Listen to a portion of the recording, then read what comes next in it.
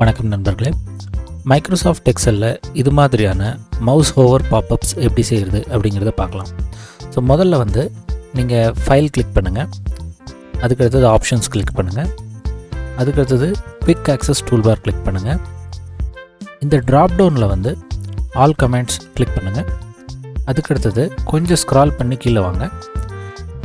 இந்த இடத்துல change shape அப்படின்னு ஒரு ஆப்ஷன் இருக்குது. இதை செலக்ட் பண்ணி ஆட் கிளிக் பண்ணி ஓகே கொடுத்துருங்க. இது கிளிக் பண்ணதுமே என்ன ஆகும் அப்படின்னாக்கா, இந்த குவிக் ஆக்சஸ் டூல் பாரில் உங்களுக்கு சேஞ்ச் ஷேப் அப்படின்னு சொல்லி ஒரு ஆப்ஷன் ஆட் ஆகிருக்கும்.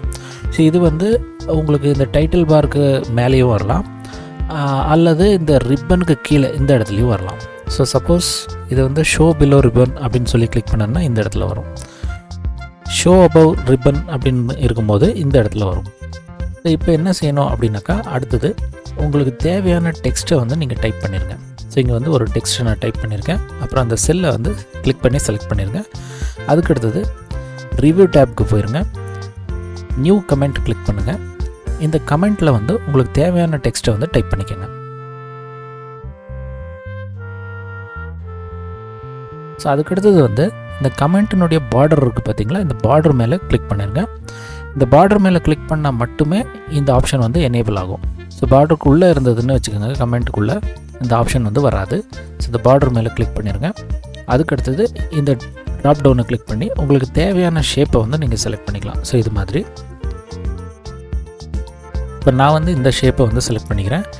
இதனுடைய சைஸை கூட நீங்கள் ஆல்ட்ரு பண்ணிக்கலாம். இது மாதிரி கிளிக் பண்ணி ட்ராக் பண்ணிக்கலாம். ஸோ சப்போஸ் இதுக்கு கலர் சேஞ்ச் நீங்கள் பண்ணணும் அப்படின்றப்ப மறுபடியும் அதே நீங்கள் இந்த பார்டர் மேலே கிளிக் பண்ணி ரைட் கிளிக் பண்ணிவிட்டு ஃபார்மேட் கமெண்ட் கிளிக் பண்ணுங்கள். அதுக்கடுத்தது இந்த ஃபார்மேட்டில் நீங்கள் கலர்ஸ் அண்ட் லைன்ஸ் உங்களுக்கு எந்த கலர் வேணும், ஃபில் கலர், இந்த ஃபில் கலர் செலக்ட் பண்ணிடுங்க. ஃபாண்ட்டில் போயிட்டு ஃபாண்ட்னுடைய ஆப்ஷன்ஸு, அதாவது font size, font style, colour போன்ற ஆப்ஷன்களை நீங்கள் இங்கேருந்து செலக்ட் பண்ணிக்கலாம்.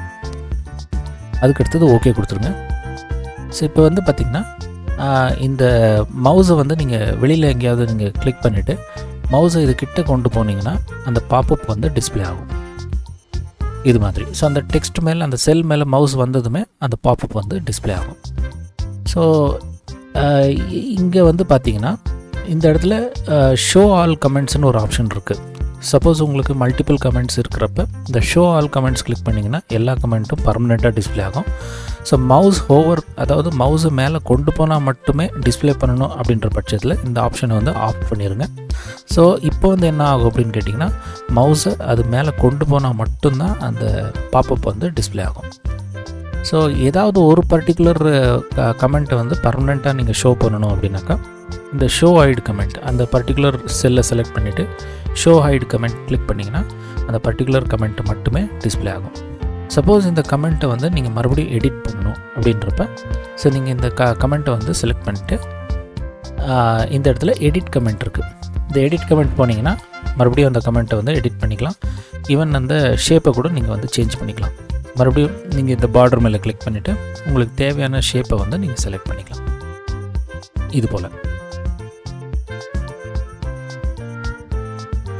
இது போல் உங்களுக்கு தேவையான ஷேப்பை நீங்கள் செலக்ட் பண்ணிக்கலாம். பட் அன்ஃபார்ச்சுனேட்லி என்னென்னு பார்த்தீங்கன்னா, இதனுடைய சைஸை நீங்கள் இன்க்ரீஸ் பண்ணலாமோ தவிர இதனுடைய டிஸ்டன்ஸ் எல்லாம் நம்ம மாற்ற முடியாது. இப்படி நீங்கள் இழுத்துட்டு வேறு இடத்துல வச்சாலுமே கூட மறுபடியும் வெளியில் நீங்கள் கிளிக் பண்ணிவிட்டு இது கிட்ட எடுத்துகிட்டு போனீங்கன்னா உங்களுக்கு அந்த இடத்துல மட்டும்தான் அந்த கமெண்ட் டிஸ்பிளே ஆகுது. ஸோ இந்த தகவல் உங்களுக்கு பிடிச்சிருந்தா நம்ம சேனலை சப்ஸ்கிரைப் பண்ணிக்கோங்க. இந்த வீடியோவை லைக் பண்ணுங்கள், உங்கள் ஃப்ரெண்ட்ஸோடு இதை பகிர்ந்துக்கோங்க. நான் மறுபடியும் உங்களை அடுத்த பதிவில் சந்திக்கிறேன். அது வரைக்கும் நன்றி, வணக்கம்.